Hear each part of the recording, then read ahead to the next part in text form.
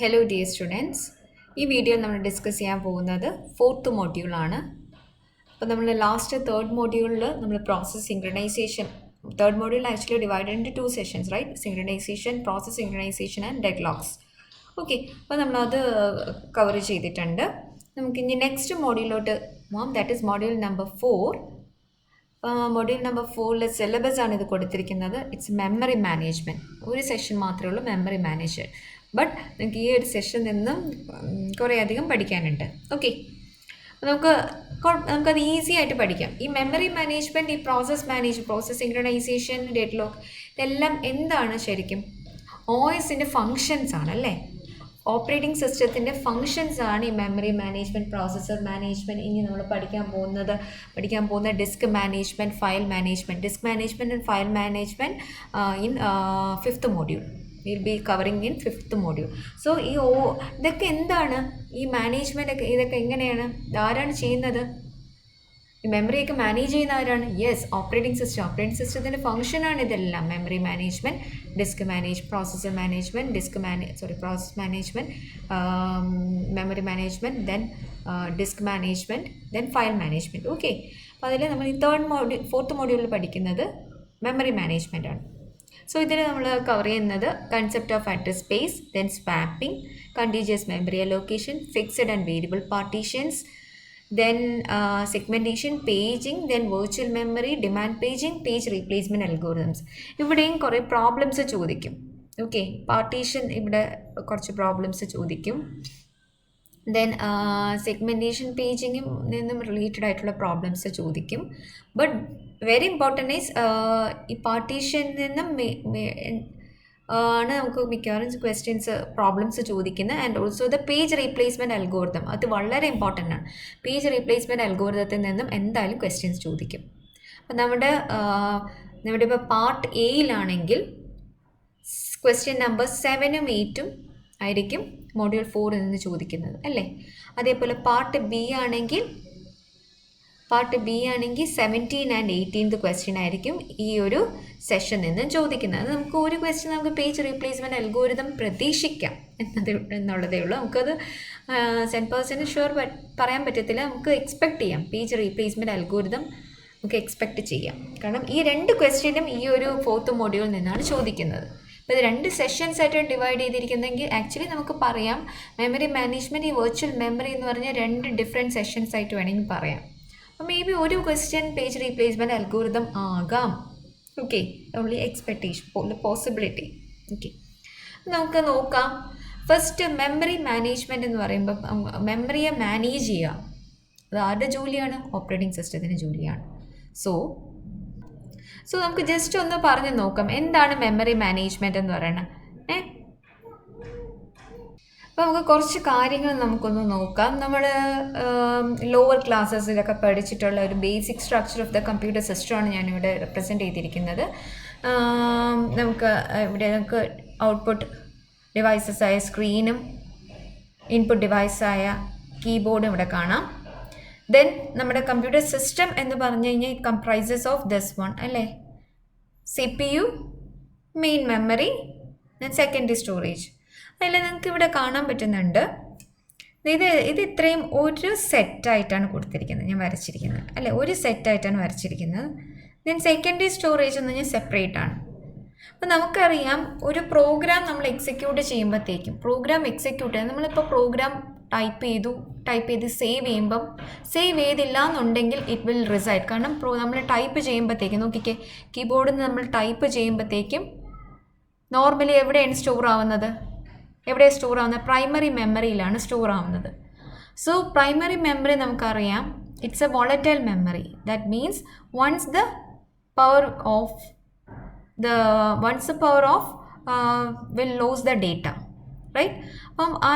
അപ്പം non volatile memory ആയ secondary മെമ്മറിയിലോട്ട് സ്റ്റോർ ചെയ്തിരിക്കണം.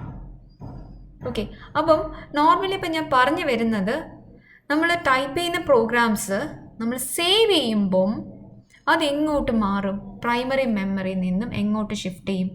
യെസ്, സെക്കൻഡറി സ്റ്റോറേജിലോട്ട് പോകും. ദാറ്റ് മീൻസ് പെർമനൻറ്റ് സ്റ്റോറേജിലോട്ട് പോകും. So once the power failure occurs, the data will be permanently stored there. Data won't be lost.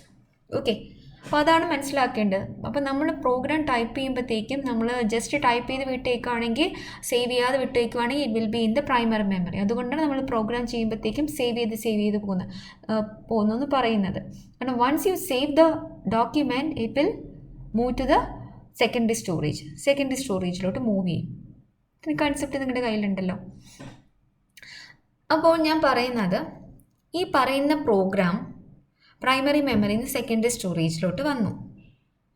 Okay, ഞാനിപ്പം secondary സ്റ്റോറേജിലിരിക്കുന്ന program എന്ന് പറഞ്ഞാൽ it's a program only. It's a passive entity. Nothing to use. നമുക്ക് യൂസേ ഇല്ല. Just a passive entity stored in the secondary storage.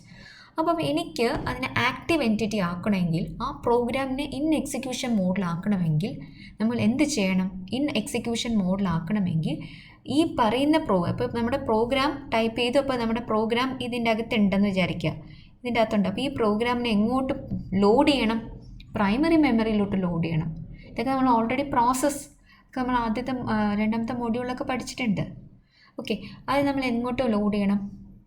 Main മെമ്മറിയിലോട്ട് load ചെയ്യണം. Main മെമ്മറിയിലോട്ട് load ചെയ്യുമ്പോഴത്തേക്കും the program is ready for execution. That is program in execution. That term is known as process. It is an active entity. That is program in execution means ready for execution. അപ്പോൾ main മെമ്മറിയിലോട്ട് കൊണ്ടുവരണം. Main മെമ്മറിയിലോട്ട് കൊണ്ടുവന്നാൽ മാത്രമേ അത് ആർക്ക് allot ചെയ്ത് കൊടുക്കത്തുള്ളൂ? CPU-ന് allot ചെയ്ത് കൊടുക്കത്തുള്ളൂ. കാരണം CPU-ന് direct access secondary സ്റ്റോറേജിൽ നിന്നില്ല. അപ്പോൾ നമ്മുടെ പ്രോഗ്രാം എല്ലാം സെക്കൻഡറി സ്റ്റോറേജിൻ്റെ അകത്താണ് ഇരിക്കുന്നത്. ഈ പറയുന്ന സെക്കൻഡറി സ്റ്റോറേജിൽ നിന്നും പ്രൈമറി മെമ്മറി അല്ലെങ്കിൽ മെയിൻ മെമ്മറിയിലോട്ട് കൊണ്ടുവന്നാൽ മാത്രമേ CPU-ന് ആക്സസ് ചെയ്യാൻ പറ്റത്തുള്ളൂ. കാരണം CPU-ന് ആക്സസിബിൾ ആയിട്ടുള്ള മെമ്മറി ഏതാണ് ചോദിച്ചാൽ ഇറ്റ്സ് എ പ്രൈമറി മെമ്മറി. അപ്പോൾ ഈ പറയുന്ന സെക്കൻഡറി സ്റ്റോറേജിലുള്ള എല്ലാം നമ്മൾ പ്രൈമറി മെമ്മറിയിലോട്ട് കൊണ്ടുവരണം. പ്രൈമറി മെമ്മറിയിലോട്ട് കൊണ്ടുവരികയാണെങ്കിൽ നമുക്ക് പറയാം പ്രൈമറി മെമ്മറിയിലോട്ട് പ്രോഗ്രാമിനെ കൊണ്ടുവരികയാണ്. അപ്പോൾ പ്രോഗ്രാം ഇൻ എക്സിക്യൂഷൻ. എന്നിട്ട് എന്ത് ചെയ്യും? CPU ഫ്രീ ആവുന്ന ടൈമിൽ ഈ ഒരു പ്രോസസ്സിന് ആർക്ക് അലോട്ട് ചെയ്ത് കൊടുക്കും? CPU-ന് അലോട്ട് ചെയ്ത് കൊടുക്കും. CPU-ന് അലോട്ട് ചെയ്ത് കൊടുത്തിട്ട് CPU എന്താണ് ചെയ്യുന്നത്? ആ പ്രോഗ്രാമിൻ്റെ അകത്തുള്ള ആ ഇൻസ്ട്രക്ഷൻ എന്താണ് അത് എക്സിക്യൂട്ട് ചെയ്തിട്ട് the result will be send to the screen. Okay, result will be send to the monitor. Okay, understood. അപ്പം ഇങ്ങനെയാണ് നോർമൽ വർക്കിംഗ് നടക്കുന്നത്. നിങ്ങൾക്ക് ഓൾറെഡി അറിയാവുന്ന കാര്യമാണ്. അപ്പം ഞാൻ ഇവിടെ പറയാൻ കാരണം, മനസ്സിലാക്കേണ്ട ഒരു കാര്യം, ഇപ്പോൾ ഒരു പ്രോസസ്സ് നമ്മൾ പ്രോഗ്രാമിനെ മെയിൻ മെമ്മറിയിലോട്ട് ലോഡ് ചെയ്താൽ മാത്രമേ എക്സിക്യൂഷൻ നടക്കത്തുള്ളൂ. എക്സിക്യൂഷൻ നടക്കണമെങ്കിൽ CPU ആക്സസ് വേണം. CPU-ന് ആക്സസ് ചെയ്യാൻ പറ്റുന്ന മെയിൻ മെമ്മറി മാത്രമേ ഉള്ളൂ. സെക്കൻഡറി സ്റ്റോറേജിന് ആക്സസ് ചെയ്യാൻ പറ്റത്തില്ല. So we need to bring the program from the disk. We have to bring the program from the disk to the main memory for execution. ഡൗട്ടില്ലല്ലോ. അപ്പോൾ അത് ഞാൻ ഇങ്ങനെ ഒരു സ്ട്രക്ചറിൽ ഇവിടെ റെപ്രസെൻറ്റ്. ഇപ്പോൾ program.c എന്ന് പറഞ്ഞ പ്രോഗ്രാം നമ്മൾ എഴുതി. And it will be stored in the secondary memory. ഈ സെക്കൻഡറി മെമ്മറിയിൽ ഇരിക്കുന്ന പ്രോഗ്രാമിനെ എങ്ങോട്ട് കൊണ്ടുവരും? ലോഡ് ചെയ്യും. മെയിൻ മെമ്മറിയിലോട്ട് ലോഡ് ചെയ്യും. മെയിൻ മെമ്മറിയിലോട്ട് ലോഡ് ചെയ്താൽ മാത്രമേ അത് പ്രോസസ്സറിന് ആക്സസ് ചെയ്യാനായിട്ട് പറ്റത്തുള്ളൂ. ഓക്കെ, സോ അത് കുറച്ചുകൂടെ ഞാൻ മനസ്സിലാൻ വേണ്ടി ഞാൻ വേറൊരു ഫിഗറും കൂടെ ഇവിടെ റെപ്രസെൻറ്റ് ചെയ്തിട്ടുണ്ട്. ഇവിടെ ഞാനൊരു ജസ്റ്റ് ഒരു ഇതെടുക്കുകയാണ്. രണ്ട് ഫിഗർ നോക്കാം. നമ്മുടെ ഒരു source file which is written in .c programming ചെയ്ത് നമ്മുടെ ഒരു സോഴ്സ് ഫയലാണ് നമ്മുടെ പ്രോഗ്രാം. നമ്മളത് കമ്പൈൽ ചെയ്യുമ്പോഴത്തേക്കും ലിസ്റ്റ് ഓഫ് എറേഴ്സ് ഉണ്ടെങ്കിൽ നോട്ടിഫൈ ചെയ്യും. ഇല്ല എന്നുണ്ടെങ്കിൽ അതിനെ എന്തായിട്ട് കൺവേർട്ട് ചെയ്യും? കമ്പൈലർ അതിനെ ഒബ്ജക്റ്റ് ഫയലായിട്ട് കൺവേർട്ട് ചെയ്യും. ഒബ്ജക്റ്റ് ഫയലായിട്ട് കൺവേർട്ട് ചെയ്ത് ഇവിടെ രണ്ട് ടേം നിങ്ങൾ പഠിക്കുന്നുണ്ട്. അത് പോകുമ്പോൾ ഈ ടേമൊക്കെ എന്താണെന്നുള്ള അറിഞ്ഞിരിക്കുക. Linker and loader. അപ്പോൾ നോർമലി നിങ്ങളൊരു C പ്രോഗ്രാം എക്സിക്യൂട്ട് ചെയ്യുന്നു, അതിനെ കമ്പൈൽ ചെയ്യുന്നു, റൺ ചെയ്യുന്നു, അതിൻ്റെ റിസൾട്ട് കിട്ടുന്നു. അതിൻ്റെ ബാക്ക്ഗ്രൗണ്ടിൽ ഇത്രയും കാര്യങ്ങൾ നടക്കുന്നു എന്നുള്ളത് നിങ്ങൾ അറിഞ്ഞിരിക്കണം. അപ്പോൾ പ്രോഗ്രാം നമ്മൾ source program it is written in high level language. After compilation it is converted to the object ഫയലാക്കി മാറ്റും. അതായത് സാമ്പിൾ എന്നാണ് ആ പ്രോഗ്രാമിൻ്റെ പേരെങ്കിൽ sample.c-നെ sample.obj ആക്കും. എന്നിട്ട് ഈ ഒബ്ജക്റ്റ് ഫയലിൽ എന്ത് ചെയ്യും? ഒബ്ജക്റ്റ് ഫയൽ എന്ത് ചെയ്യും? സോ സി പ്രോഗ്രാമിനെ ഞാൻ ഒബ്ജക്റ്റ് ഫയലാക്കി. ഈ ഒബ്ജക്റ്റ് ഫയലിനെ സി പ്രോഗ്രാമിനെ കമ്പൈൽ ചെയ്ത് ഒബ്ജക്റ്റ് ഫയലാക്കി. ഈ ഒബ്ജക്റ്റ് ഫയലിനെ ലിങ്കറാണ്. ലിങ്കർ മീൻസ് ഈ ഒബ്ജക്റ്റ് ഫയലിൻ്റെ അകത്ത് ഏത് ഹെഡർ ഫയൽ ലൈബ്രറിയാണ് ലിങ്ക് ചെയ്തിരിക്കുന്നത്. ഇപ്പോൾ സി ആണെങ്കിൽ stdio.h, ഇപ്പം C++ ആണെങ്കിൽ iostream.h. ഓക്കെ, അപ്പം അത് ലിങ്ക് ചെയ്യും. ഓക്കെ, ലിങ്ക് ചെയ്ത് ലിങ്കർ എന്ത് ചെയ്യും? ഈ പറയുന്ന പ്രോഗ്രാമിനെ ഈ പറയുന്ന ഒബ്ജക്റ്റ് ഫയലിനെ കമ്പൈലർ ജനറേറ്റ് ചെയ്ത ഒബ്ജക്റ്റ് ഫയലിനെ ലിങ്കറിലോട്ട് സബ്മിറ്റ് ചെയ്യും. ലിങ്കർ എന്ത് ചെയ്യും? It combines the code from the specified. ഈ ഒരു header file combines the code from the specified header file. ഇപ്പം സി പ്രോഗ്രാം ആണെങ്കിൽ അതിൻ്റെ ഹെഡർ ഫയൽ നമ്മൾ stdio.h ആയിരിക്കും കൊടുക്കുന്നത്. സോ ആ ഒരു stdio.h എന്ന് പറയുന്ന ആ ഒരു സ്പെസിഫൈഡ് ഹെഡർ ഫയലിൽ നിന്നും ലിങ്കർ എന്ത് ചെയ്യും? കമ്പൈൻ ചെയ്തിട്ട് അതിനെ എന്താക്കും? Linker combines the code from the specified header files into an object file. അതിനെ എന്താക്കി മാറ്റും? ഒബ്ജക്റ്റ് ഫയലാക്കി മാറ്റും. അപ്പം sample.exe ആയി. ഒബ്ജക്റ്റ് ഫയലാക്കി മാറ്റിയിട്ട് ഒരു എക്സിക്യൂട്ടബിൾ ഫയൽ ജനറേറ്റ് ചെയ്യും. ഓക്കെ, ഒബ്ജക്റ്റ് ഫയലാക്കി മാറ്റിയിട്ട് ഒരു എക്സിക്യൂട്ടബിൾ ഫയൽ ജനറേറ്റ് ചെയ്യും. That is sample.exe. അപ്പോൾ ഇത്രയാകുമ്പോഴത്തേക്കുമാണ് കമ്പൈലേഷൻ പ്രോസസ്സ് കംപ്ലീറ്റ് ആവുന്നത്. ഓക്കെ, ഇനി എന്ത് ചെയ്യും? ഈ എക്സിക്യൂട്ടബിൾ ഫയലിനെ റൺ ചെയ്യണമേ. ഈ എക്സിക്യൂട്ടീവ് ഫയലിനെ റൺ ചെയ്യുക means it is submitted to the processor. Main മെമ്മറിക്കകത്ത് നിന്ന് നമ്മൾ CPU കൊടുത്താൽ എക്സിക്യൂഷൻ ആയിട്ടുണ്ട്. ഇനി അത് ഇതുവരെ പ്രോഗ്രാം ഇൻ എക്സിക്യൂഷൻ ആയിട്ടുണ്ട്. അപ്പോൾ ഇത്രയും ഭാഗം നിങ്ങൾ മനസ്സിലാക്കുക. ഇൻ എക്സിക്യൂഷനാണ്, അതായത് ഇവിടെ എന്തായി? പ്രോസസ്സായി. ഇൻ എക്സിക്യൂഷൻ മോഡിലാകുമ്പോൾ പ്രോസസ്സായി. ഇനി ആ പ്രോസസ്സ് എന്ത് ചെയ്യും? CPU-ന് സബ്മിറ്റ് ചെയ്യും. Then CPU performs a task according to the instructions within this written in the program. Okay, and plays the result to the screen. അപ്പോൾ ഇത്രയും പറയുന്നുള്ളൂ. ഇവിടെ നമ്മൾ ഈ ഒരു സ്റ്റേറ്റ്മെൻറ്റ് ഉണ്ടല്ലോ, നമ്മുടെ എക്സിക്യൂഷൻ CPU-ലോട്ട് ലോഡ് ചെയ്യുന്നത്, അതിനെ നമ്മൾ ലോഡർ യൂസ് ചെയ്തിട്ടാണ് ചെയ്യുന്നത്. ഓക്കെ, അപ്പോൾ മനസ്സിലാക്കുക. ഈ എക്സിക്യൂട്ടബിൾ ഫയൽ എന്ത് ചെയ്യും? ലോഡർ യൂസ് ചെയ്തിട്ട് പ്രൈമറി മെമ്മറിയിലോട്ട് ലോഡ് ചെയ്യും. പ്രൈമറി മെമ്മറിയിലോട്ട് ലോഡ് ചെയ്യും. That is the process is in execution ആയി. ഓക്കെ, പ്രൈമറി മെമ്മറിയിൽ ഇപ്പോൾ ഇൻ എക്സിക്യൂഷൻ മോഡിലാണെങ്കിലല്ലേ പ്രൈമറി മെമ്മറിയിലോട്ട് ലോഡ് ചെയ്യത്തുള്ളൂ. അപ്പോൾ സെക്കൻഡറി മെമ്മറിയിലുള്ള ഈ കാര്യങ്ങൾ ഇത്രയും ചെയ്തിട്ട് എന്ത് ചെയ്യും? ലോഡർ എന്ത് ചെയ്യും? പ്രൈമറി മെമ്മറിയിലോട്ട് ഈ എക്സിക്യൂട്ടബിൾ ഫയലിനെ ലോഡ് ചെയ്യും.